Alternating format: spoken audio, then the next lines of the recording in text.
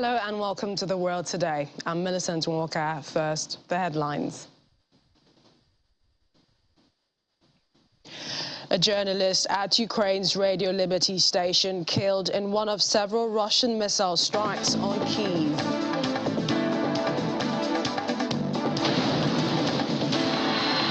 The United Nations reports more than 3,000 people have been lost in sea crossings to Europe in 2021.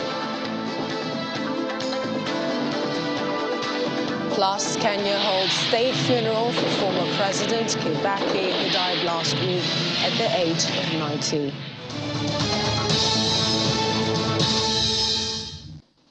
Thank you for joining us. Vera Kiryich, a journalist at Ukraine's Radio Liberty, was killed in one of several Russian missile strikes on Kyiv Thursday. Her body was discovered this morning after a missile struck her home in Ukraine's capital. And this is coming from the radio station. A statement there says that she has been described as a bright and kind person, a true professional. The Russian missile strikes came as UN Chief Antonio Guterres was visiting Kyiv for talks with Ukraine's President Volodymyr Zelensky. Moscow has confirmed that it hit Ukrainian targets, but has not commented on the strike on the building. Meanwhile, the head of the Donetsk Regional Military Administration said Russian troops have used phosphorus munitions in the eastern village of Slovoyov. While phosphorus is not classified as a chemical weapon under the Chemical Weapons Convention, using it as an incendiary weapon near civilians is illegal. But heavy fighting is continuing in eastern Ukraine, where Russian forces are trying to take the entire Donbass. A Ukrainian presidential advisor says Ukraine has taken serious losses, but Russian casualties have been colossal. Here's more in this report.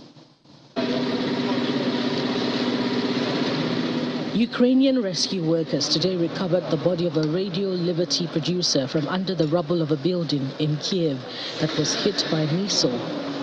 Radio Liberty said in a statement that Vera Kiryich, who had worked in their Kiev bureau since February 2018, had been killed after a Russian rocket hit the building she lived in.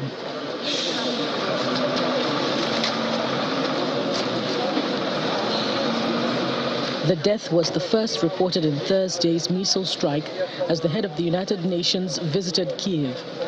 Ukrainian officials said 2 Russian missiles had struck the capital. Russia has not commented on the incident.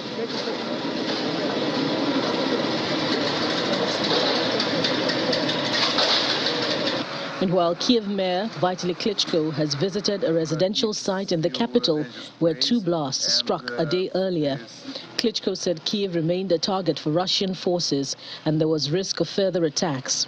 Kiev's still a dangerous place, and Kiev's still the target of Russians. Yes, of course, the capital of Ukraine is a goal, and they want to occupy it.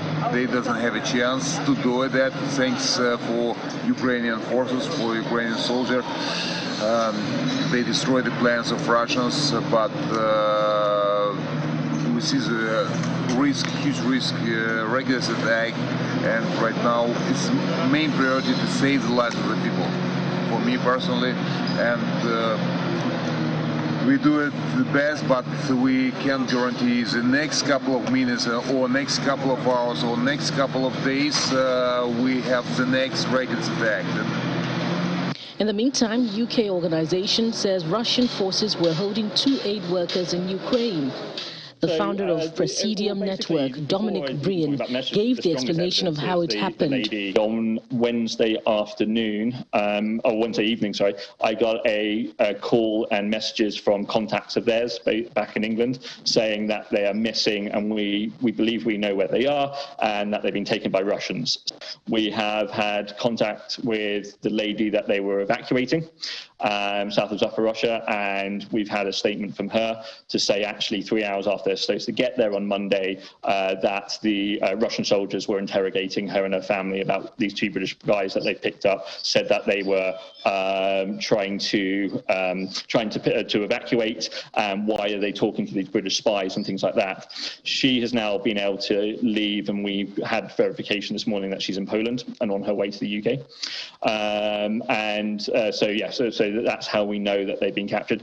Elsewhere, the Kremlin has responded today on the U.S. proposal to allow U.S. officials seize Russian assets and use the funds to support Ukraine, saying it would amount to illegal expropriation. President Joe Biden asked Congress for $33 billion to support Ukraine, a proposal that would also let U.S. officials seize more Russian oligarchs' assets, give the cash from those seizures to Ukraine, and further criminalize sanctions dodging.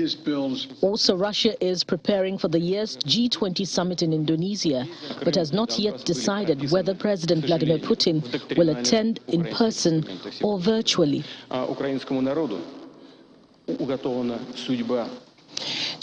Joining us right now, a senior lecturer, Department of Political Science and Public Administration, Babcock University, Dr. Michael Ugu. Thank you for joining us on the program.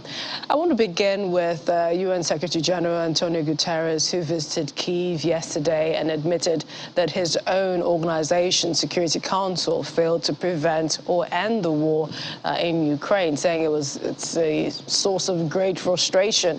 And then 2 blasts hitting the city while he was there for talks with President Zelensky. Many are calling this a humiliation of all the United Nations stands for.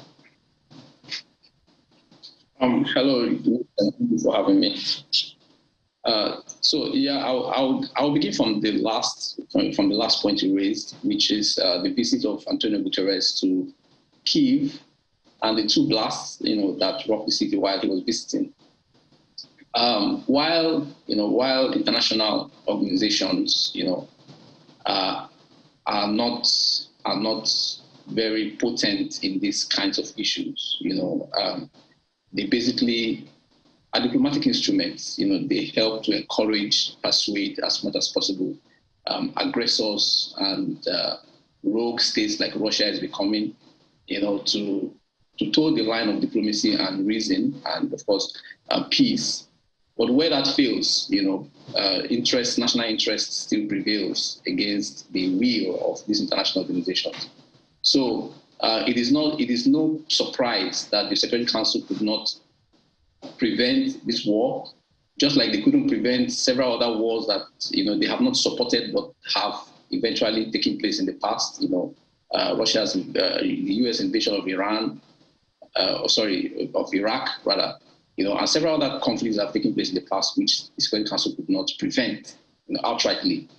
So it is not surprise. It's not surprise. It is just reminding us that again we're at the point where we need to begin to reconsider, reforms of the United Nations, organization entirely, to make it more potent, especially in cases of this nature, Now, I think Russia was trying to make a statement too by the blast that they made on the blast they made in Kyiv while the Secretary General was there. Russia, of course, is trying to make a statement that they are not intimidated by all these coalitions and alliances that are building up against them. Of course, they have not successfully been able to take out Ukraine and achieve all that they set out to achieve in Ukraine. Of course, the city of Kyiv is still under Ukrainian custody. And so that was a major target of the Russian forces, to seize Kyiv. But since that has not happened, Russia has not yet prevailed. And so as wounded as they may seem, they are still trying to make a statement saying that they are not intimidated. And I think that is what they tried to say with those blasts that rocked the city while Guterres was there. But I'm sure also that they were very careful not to make the strikes very close to the Secretary General, because it would be something else if Guterres was hurt anyway by those strikes. But of course, they're trying to make a statement, and I think their statement has been made loud and clear. And many also wonder what message this is sending, Russia's invasion of Ukraine and what we've seen so far, what it is sending sort of to the Putins of the world. But we're also seeing that an operation plan to get civilians out of the Azovstal plants in Mariupol, and this is coming 24 hours after the UN chief's visit. This is definitely a good deliverable, isn't it? Yeah, I actually forgot to mention that, this visit to Kyiv by Guterres was just a few days after, of course, a few days after Guterres visited Putin in Russia, I think on Tuesday earlier this week or so. So having the city of Kyiv hit, while Guterres was there, I mean, shows the kind of person Putin is too. Having met with this man just a few days before, and perhaps hearing, even if not knowing that he was going to a city like this, and then having that blast, it shows the kind of person Putin is. And of course, the Putins around the world, like you put it rightly, are also getting the news, or are getting the message that all of this is saying the world is not going to keep quiet while one state tries to bully any other states as much as they want to, and even as much as any state feels insurmountable or informidable, the world, of course, will do something to help prevent those kind of bullies. And that is the message that Putin is getting. That's what is coming out of all of these alliances that are being formed, against Russia in this scenario. And I think that the message is loud and clear. I mean, leaders must begin to see themselves as not just responsible to their own interests, but of course have the interest of humanity at heart as well.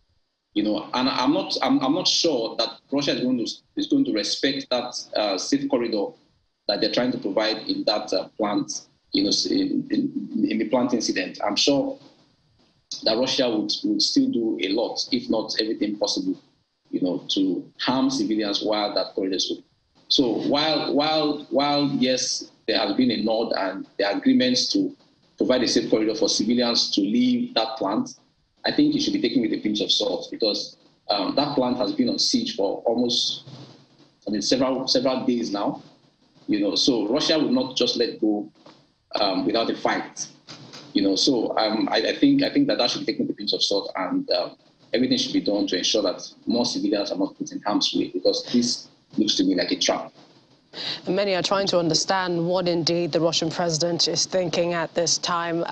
But we've heard NATO say the war could drag on for years. The UK Prime Minister said at most 2 years. And on the other hand, you have Russia warning of consequences if the West continues to help and support Ukraine with weapons. What's your take? President Putin, could he be bluffing in terms of the warning of his consequences? And do you think that this war could last for quite some time? Well, yes, the war would last for quite some time. Now, how long is what we really can't say, because I think in my previous interview here on Channel 2, I mentioned that the parties involved, will be in the best position to determine how long the war would last. Because from all indication, Russia is not winning the war, and of course, Ukraine is also has been badly devastated. I mean, Ukraine is currently a shadow of itself, So they are not also giving up anyway. So the war will drag on for as long as possible. I'm not sure exactly how many years, So if some are predicting 2 years, perhaps, but I want to think that perhaps it might not be dragged on for that long, So we cannot tell exactly how long it will drag on for. But I think that the sanctions that Putin is threatening, for the West if they continue to support, I think it's a bluff, and it's not a bluff at the same time. It's a bluff in the sense that, oh yes, the West will support whoever it wants to support. US and the rest of its allies will support whoever they want to support. That is also, a kind of foreign policy to interest for them, and Putin cannot stop that, and it is not a bluff in the sense that, Russia is one of the largest oil exporters, and they can decide to sanction others, or they can sanction other allies by cutting off, just recently they cut off supply of gas to Poland and Bulgaria, I think. They can decide to extend that to other allies as much as possible, and of course cut off other supplies that they also export. Indeed. So in that sense, they are not bluffing, but there's really not so much that they can do to actually prevent the West from supporting whoever they want to support. Dr. Michael Ogru, thank you so much for joining us on the program. He's a senior lecturer, Department of Political Science, Public Administration with Babcock University. Always a pleasure having you join us. Thank you for having me. Thank you. Well, the European Union countries, they have bought 44 billion euros worth of Russian energy from February 24 to April 24. This according to media reports, citing information from the Independent Center for Research on Energy and Clean Air. Well, according to the lead analyst, the EU's countries' energy imports from Russia more than doubled in the past 2 months compared to the same period last year, and higher prices rather than volumes accounted for most of that increase. Well, EU solidarity is being tested after Russia cut off natural gas to member states, Bulgaria and Poland, for failing to comply with Moscow's demand for ruble payments. Deutsche Welle correspondent Chelsea Dulani joins me now on the program for more. Chelsea, the prospect of losing access to Russian gas is dividing EU countries, with some preparing to bend to Moscow's demands and others urging resistance. What is the latest?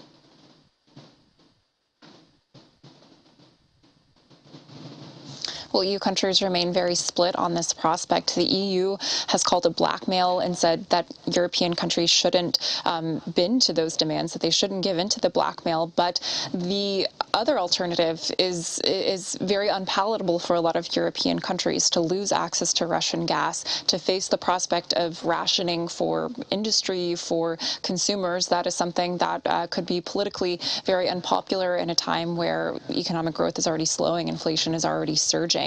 So basically what we're seeing right now is most EU countries that are still very dependent on Russian gas start to prepare to pay in rubles. So Bloomberg News has reported that about 10 EU companies have set up Russian ruble accounts with Gazprom Bank in Russia. That's what Putin has demanded. About 4 companies have already paid in rubles. I think we're going to see more clearly how this plays out at the end of next month. That's when the majority of these payments are going to be due to Russia for their natural gas.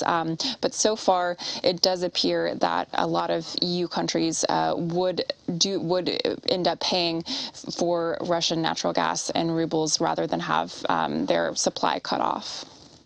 And Chelsea, the EU has said paying for gas in rubles would violate the bloc's sanctions. Is that still the case? It has not, and that adds another layer of uncertainty, and definitely raises the stakes for a lot of these countries that are facing the prospect of having their gas cut off or to face sanctions from the EU.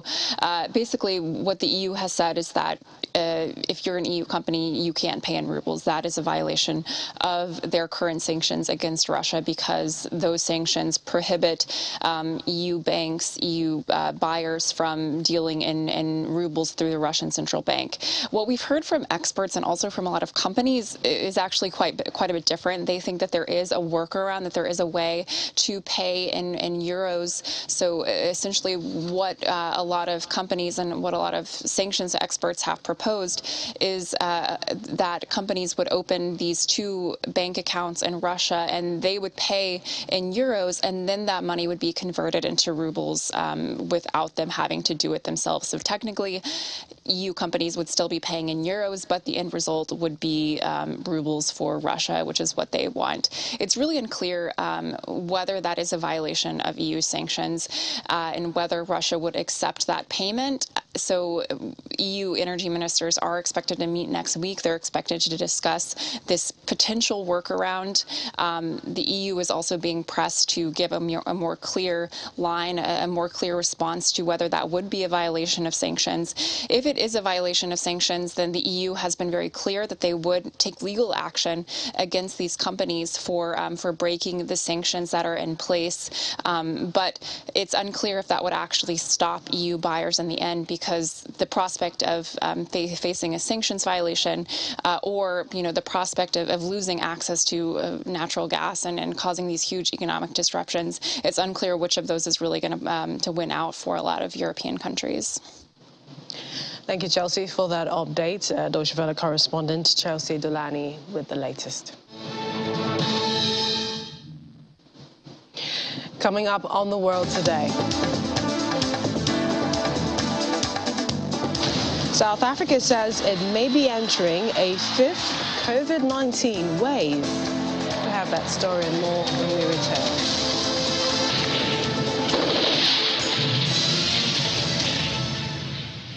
Welcome back. A UN refugee agency report has shown that more than 3,000 refugees, migrants and asylum seekers died or went missing last year while trying to reach Europe via Mediterranean and Atlantic sea routes. UNHCR's Shabia Mantu told a news briefing in Geneva today that the 2021 figure represented nearly twice the number of lives lost in the previous year.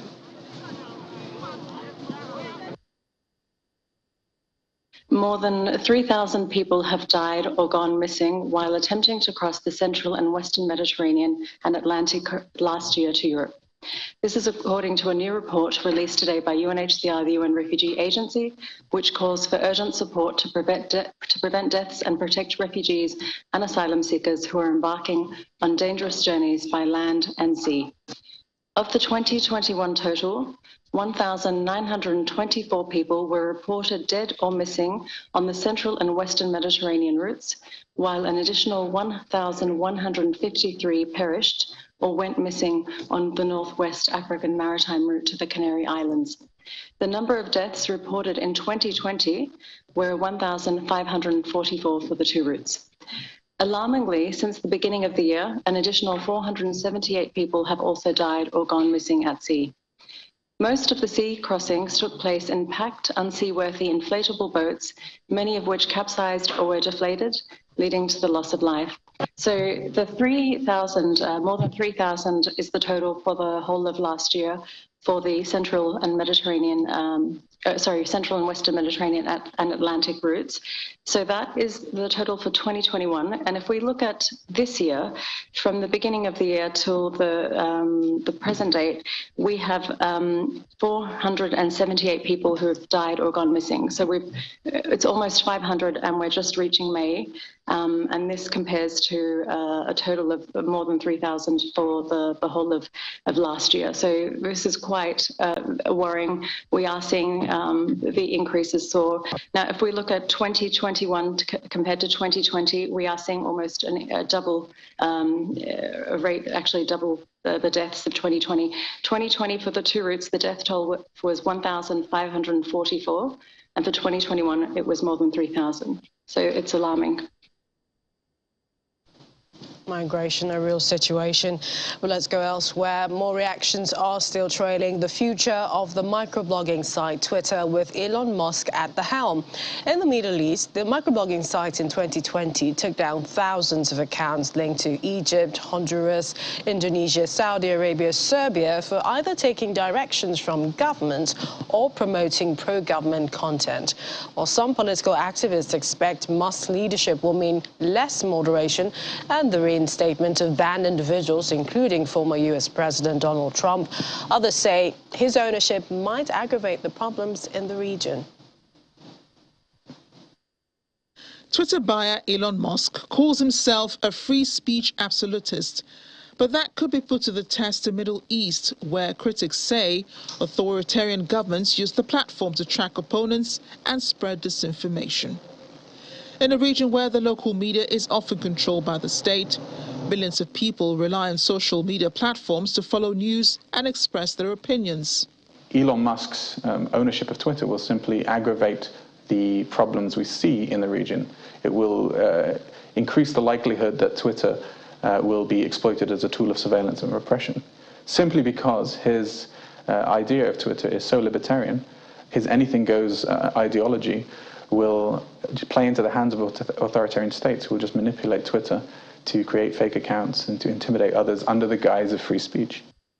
Musk clinched a deal to buy Twitter Incorporated for $44 billion cash on Monday, a transaction that will give him control of the social media platform and turn the group from a publicly listed company into a private one. Elon Musk has talked about free speech as the bedrock of a functioning democracy. its potential and how much he looks forward to unlocking them. Both Twitter and Facebook showed their potential to influence real-life events during the 2011 Arab Spring uprisings, when they played an outside role in social upheaval. But many democratic gains were reversed, partly because governments could follow the activities of opponents on social media sites and make arrests if they were criticized. In 2020, Twitter took down thousands of accounts linked to Egypt, Honduras, Indonesia, Saudi Arabia and Serbia for either taking directions from the governments or promoting pro-government content. The year before, Twitter said it had removed nearly 6,000 accounts for being part of a state-backed information operation originating in Saudi Arabia. Twitter should be... Abdullah Al-Aoud, Director of Research for the Gulf region at Dawn, Democracy for the Arab World Now, is familiar with the consequences of using Twitter in Saudi Arabia. Al-Aoud, who had a large social media following, was arrested in September 2017 at his home a few hours after he posted on Twitter urging Qatar and Saudi Arabia to end a diplomatic row, having previously criticized Riyadh over human rights. He is the son of a prominent Saudi Islamist preacher, Salman Al-Aoud, arrested in the kingdom since Crown Prince Mohammed bin Salman rose to power in 2017. Twitter should be harder to infiltrate because we remember that case of Ali Al-Zabara, Abu Ammu, the cases where even the FBI investigated and then persecuted people because actually the FBI prosecuted people because they were planted as spies for the Saudi government and to share information and data of users that were later arrested in Saudi Arabia. So this is like a huge violation, and Twitter should take it seriously. Egyptian authorities have prosecuted activists for social media posts, including human rights defender Hossam Bagat, who was fined 10,000 Egyptian pounds after accusing the Election Commission on Twitter of fraud in 2021. Amnesty International said Twitter has a responsibility to protect the right to live free from discrimination and violence. Twitter and Facebook have been banned in Iran since 2009 anti-government protests, but millions of Iranians have found ways to bypass state restrictions. One idea that he has proposed that could be particularly worrying for a lot of activists who use Twitter anonymously is wanting to authenticate all human accounts on Twitter. It's something that he put out yesterday. There are a number of activists for very obvious reasons to avoid repression who use Twitter anonymously, who have anonymous accounts, to avoid being detected by their regimes and being harassed or arrested or worse. And so being forced to put your name on your account could be worrying for individuals like that. Freelance Iranian journalist Mohammed Mosaid was detained in 2019 after tweeting about an internet shutdown during anti-government protests over a rise in fuel prices. He was detained for 2 weeks. A few months later, he was arrested again by the Revolutionary Guards for criticizing Iran. The Committee to Protect Journalists, an NGO that promotes press freedom and defends the rights of journalists, said Iran's judiciary has not responded to questions about his case. Meanwhile, Twitter reported stronger than expected user growth on Thursday in what could be its last quarter as a public company after agreeing to a $44 billion buyout by billionaire Elon Musk. But overall revenue and advertising sales fell short of analysts' estimates due to the ongoing war in Ukraine. Shares rose 1% in early trading. Well, the results lay out Musk's challenges in improving the social media platform's business to match its influence on news and culture. agriculture. Twitter has long faced criticism for its sluggish pace of product launches. Musk has tweeted suggestions ranging from releasing a widely demanded edit button to making the Twitter algorithm open source. When Musk closes the deal, he will be overseeing a company that has had long-standing struggles with internal dysfunction, indecision, lack of accountability, which was previously reported according to 8 current and former Twitter employees. Daily active users on Twitter rose to 229 million in the first quarter ended March 31st from 199 million a year earlier. The figure beats analyst expectations of 226.8 million daily active users. And to other stories, the Premier of the British Virgin Islands has been arrested in Miami for alleged money laundering and conspiracy to import cocaine. According to a U.S. Drug Enforcement Administration DEA complaint, Andrew Farhid, 51, was arrested at a Miami airport along with the managing director of the British Overseas Territories Ports Authority, according to the complaint, which cited extensive testimony from a confidential informant. The DEA complaint said that Farhid had agreed to allow the informant, who was posing as a member of Mexico's Sinaloa drug cartel, to use British Virgin Islands ports to ship cocaine in return for a payment of $500,000. The DEA's complaint shows the investigation based on observations and recordings from the confidential informant, which started October. Well, according to the complaints, the informant claimed in meetings with Farhid, BVI Ports managing director, and her son to be a cartel member looking to move thousands of kilograms of Colombian cocaine through Tortilla Island and eventually Puerto Rico for export to New York and Miami. As you are aware from news reports, Premier and Minister of Finance, Honorable Andrew A. Foy, and Managing Director of the Ports Authority, Mrs. Olivine Maynard, have been detained in Miami by the United States Drug Enforcement Administration on alleged charges of conspiracy to import a controlled substance and money laundering. I nor the other ministers of government have spoken with Premier Foy or Mrs. Maynard. However, we call for them to be afforded due process in the U.S. courts of law. I have spoken with First Lady Mrs. Sheila Forbes Foy. Let us all keep her and the family in our prayers at this difficult time. As acting Premier, I have met with His Excellency the Governor, Mr. John Ranking, CMG, who alerted me of today's developments. Cabinet as a body met earlier this evening where we discussed the situation. I will also discuss the current circumstances with UK Minister for the Overseas Territories, the Right Honourable Amanda Milling MP, tomorrow morning. The DEA representative there with the latest. And let's go over to Lebanon, where leaving his office this week, the 80-year-old head of Lebanon's election commission escorted journalists down 8 flights of stairs, lighting the way with a mobile phone. There appears less than 3 weeks before Lebanon's parliamentary elections. Retired Judge Nadim Abdelmalak is worried about what the crisis means for the fairness of the process. They've been talking about severe power rationing, meaning that symptoms of an economic collapse that has pushed more than 3/4 of the population into poverty. He said his team was understaffed to oversee voting properly. Ballots could easily be bought, and candidates with more means were at a huge advantage over those without.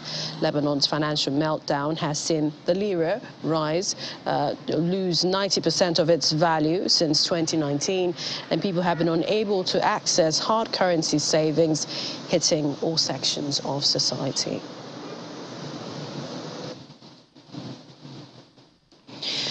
And malnourished children are flooding into hospitals in the Ethiopian city of Gode as the worst drought for 40 years has forced many families leave their homes to search for aid.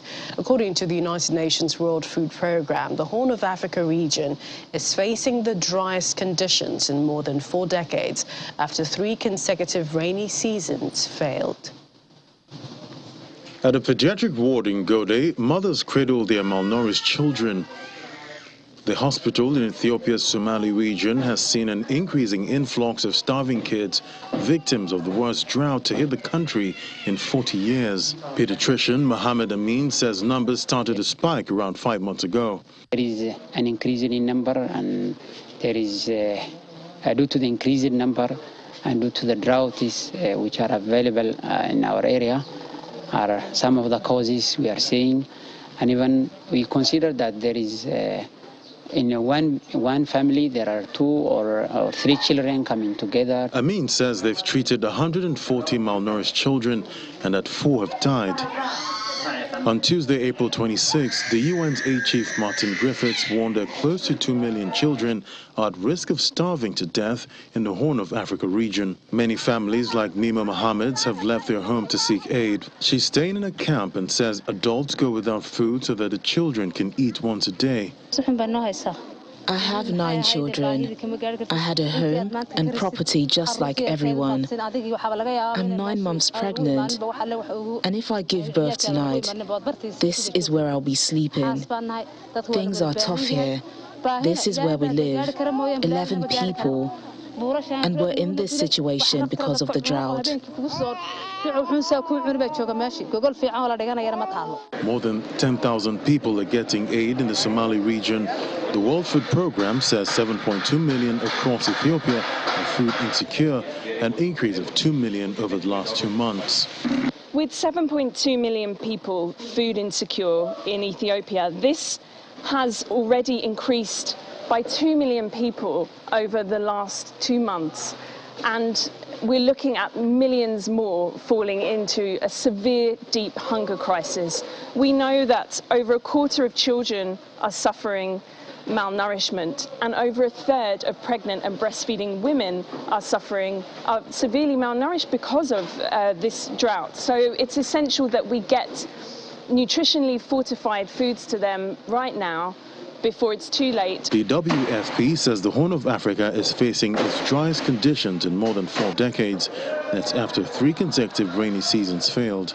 The organization says 15 million people need food aid across the region, a figure that could rise to 20 million by the end of the year.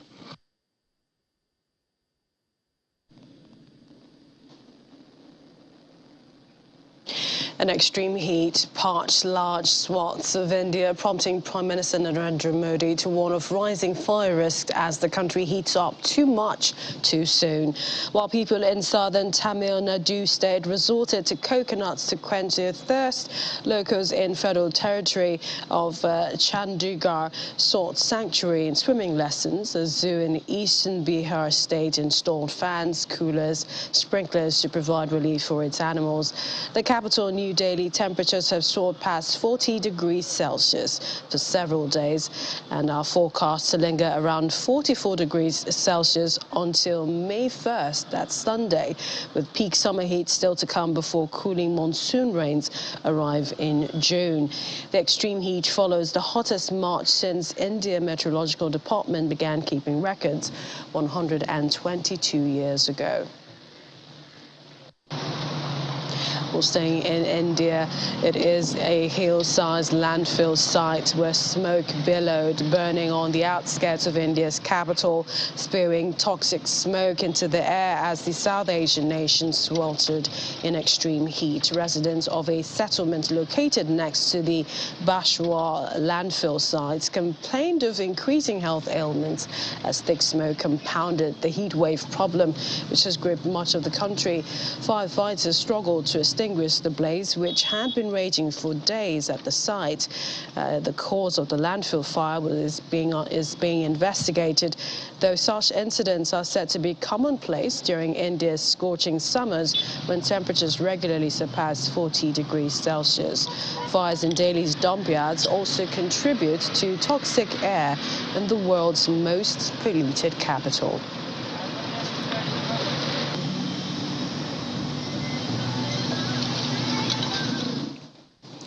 Still to come on the program.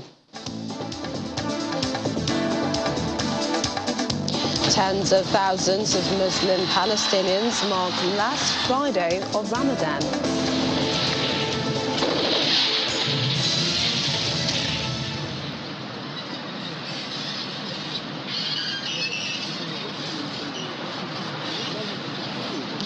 Emergency services dealing with a large fire that broke out at an industrial park in the town of Sumgait in Azerbaijan Thursday night. The fire started on the territory of the Azun Industrial Park, which soon spread to the entire territory. According to the owner of the industrial park, the employees who worked in the area were evacuated. Azerbaijan's Ministry of Emergencies reported that the firefighting teams had been able to extinguish the blaze that broke out at the industrial park about 30 kilometers north of the capital, Baku.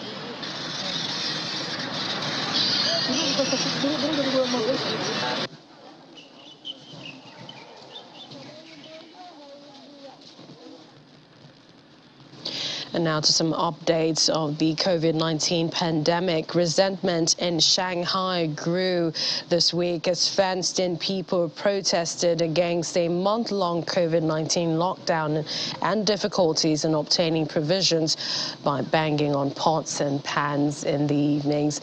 A video filmed shows, of course, whose metallic objects were being hit rapidly and continuously, which could be heard among apartment blocks. The Shanghai government did not immediately respond to a request for comment. Also, China's foreign ministry has suspended cross-border freight train services with North Korea following consultations after COVID-19 infections in its border city of Dandong.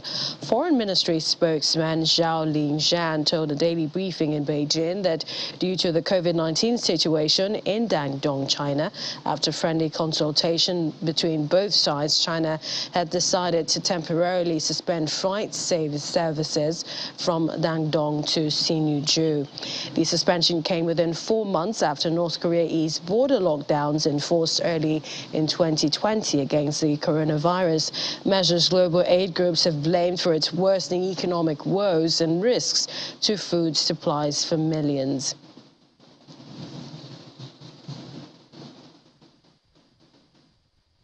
Back here on the continent, officials in South Africa say the country may be entering a fifth wave earlier than expected. South Africa, which has recorded the most coronavirus cases and deaths on the continent, only exited a fourth wave around January. The fifth wave had been predicted to start in May or June. The World Health Organization's Africa office has flagged the rise in South Africa's infections as the main driver of an uptick on the continent. This week, new COVID-19 cases and deaths on the continent increased for the first time after a decline of more than 2 months for cases and 1 month for deaths. To date, Africa has recorded more than 11 million cases and almost close to 250,000 deaths. This uptick is largely associated with the increase in the number of cases reported from South Africa as the country enters its winter season when respiratory illnesses become more prevalent. Just in the last week, the country's cases have doubled and there's a small increase in hospitalizations.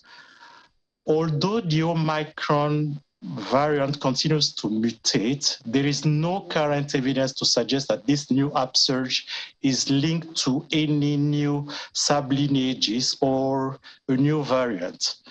But this shows that people must remain vigilant and continue to adhere to public health and safety measures such as wearing a mask, washing hands, and social distancing. Staying on the continent and away from COVID-19, a state funeral has been held for former President Kibaki, who died a week ago at the age of 90. Several African presidents and other global dignitaries were in attendance, including South Africa's Cyril Ramaphosa and Salva Kiir of South Sudan. The event was held at the Nyayo National Stadium in the capital, Nairobi. Major roads in the city were closed to facilitate movement to the venue. Kenyans have been queuing to pay their last respects to the late president for the past several days, viewing his body at Parliament, where it lay in state.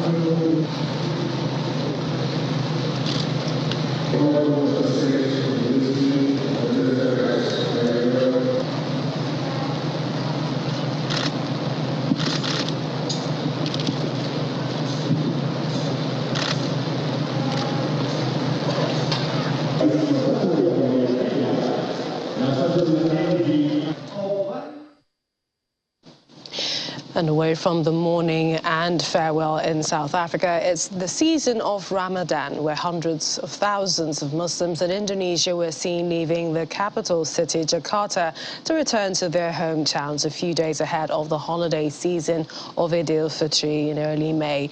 Drone footage showed thousands of cars queuing at a toll booth, while crowds were also seen at train and bus stations.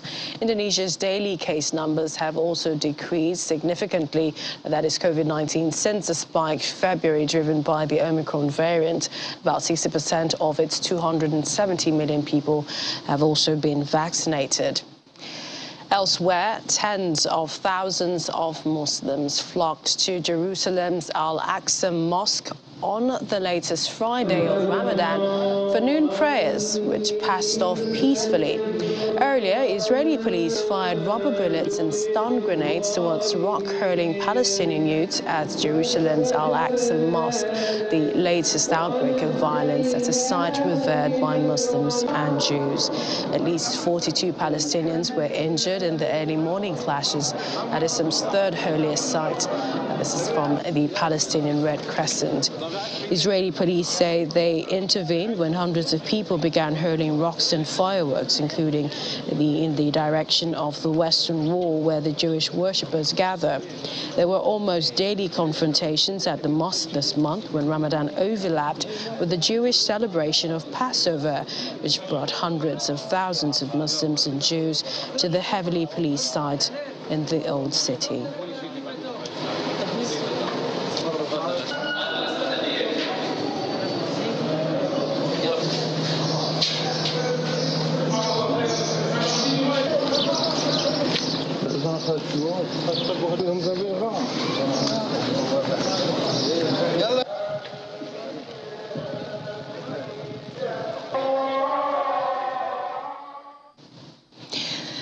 Finally, under a blanket of stars, Egyptians are enjoying their Ramadan meals in the desert. It's all part of a combined camping experience with the Ramadan atmosphere, which provides iftar meals to those who visit. Take a look.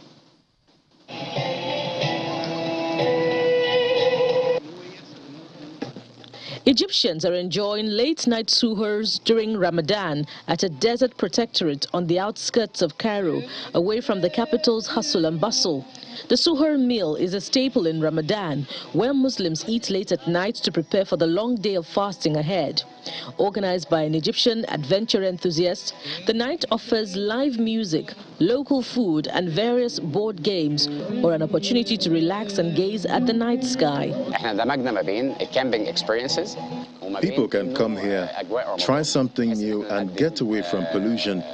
The atmosphere here is great and the mountain vibes are excellent.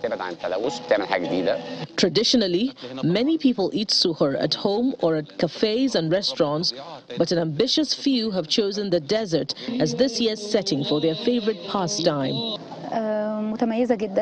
It's a different experience to every other Ramadan experience I've had, and it's such a great setting. A new setting with the mountains, the sky, the stars that seem so close, the lighting that ties it all together. It's my first, but will not be my last time here. The camping experience, which is held every night throughout the holy month, costs around $16 per person. The atmosphere in the desert has such a great impact on a person. Well, it's Ramadan Kareem to our Muslim friends. That's it on the program. Thank you for watching. I'm Millicent Walker. Have a good evening.